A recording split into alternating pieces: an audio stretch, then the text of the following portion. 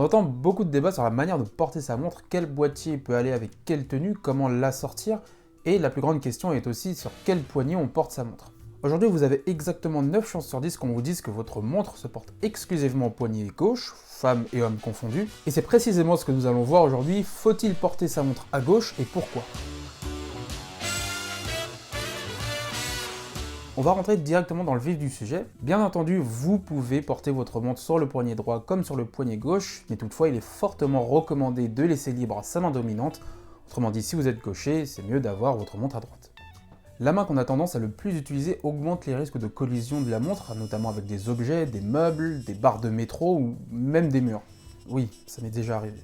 Et cette idée de montre qui se porte exclusivement à gauche aussi s'accentue avec les devantures de boutiques qui semblent nous montrer que des montres pour droitiers, c'est-à-dire qui se portent à gauche. Mais aujourd'hui, qu'est-ce qui fait qu'on a tendance à penser que si la couronne de la montre est à droite, alors celle-ci se porte sur la gauche? Alors que techniquement, si la couronne de la montre était vers le haut et non vers la main, on aurait moins tendance à se faire mal. Je vous propose une théorie qui pourrait nous donner un début d'explication sur cette idée reçue. Soyons clairs, il n'y a pas eu une seule guerre lors du XXe siècle et la mesure du temps était un outil extrêmement important en période de conflit. Et c'est lors de la Seconde Guerre mondiale, une époque où l'horlogerie a joué un rôle très important, que les montres à bracelet étaient davantage considérées comme des outils militaires que des objets de luxe. Beaucoup de personnes pensent alors que le fait d'avoir la couronne à droite permettait aux soldats de régler l'heure plus rapidement à leur poignet, sans avoir besoin d'enlever la montre, dans le but de gagner le plus de temps possible.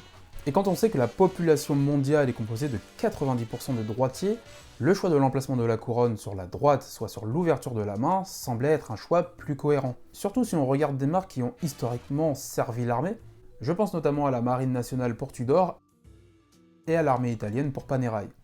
On peut noter que la couronne sur ces montres est bien à droite, donc plus facile à manipuler pour les droitiers.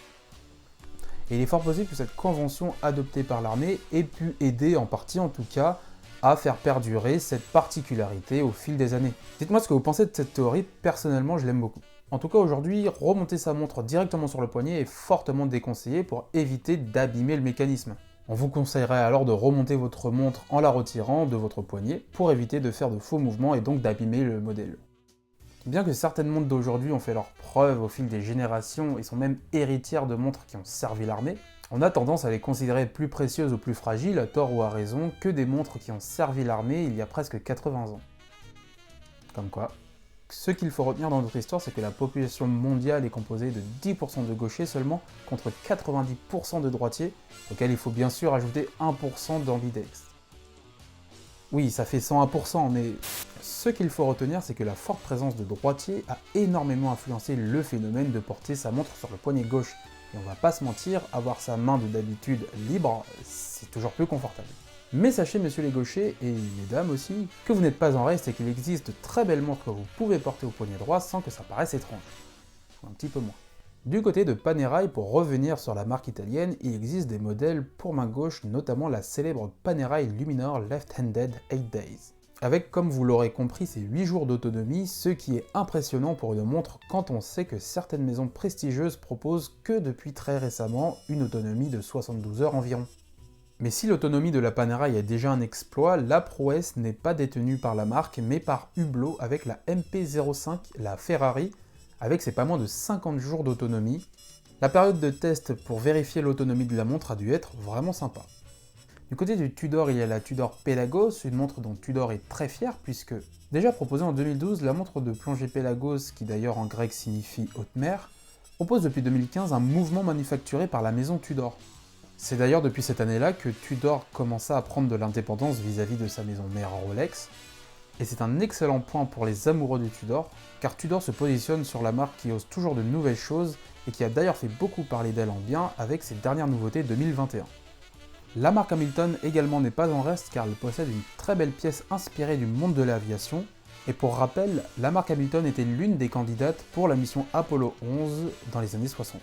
On a donc une montre en lien avec l'aviation et qui possède une fonction bien précise, à savoir un calculeur d'angle de dérive. Ça peut toujours servir.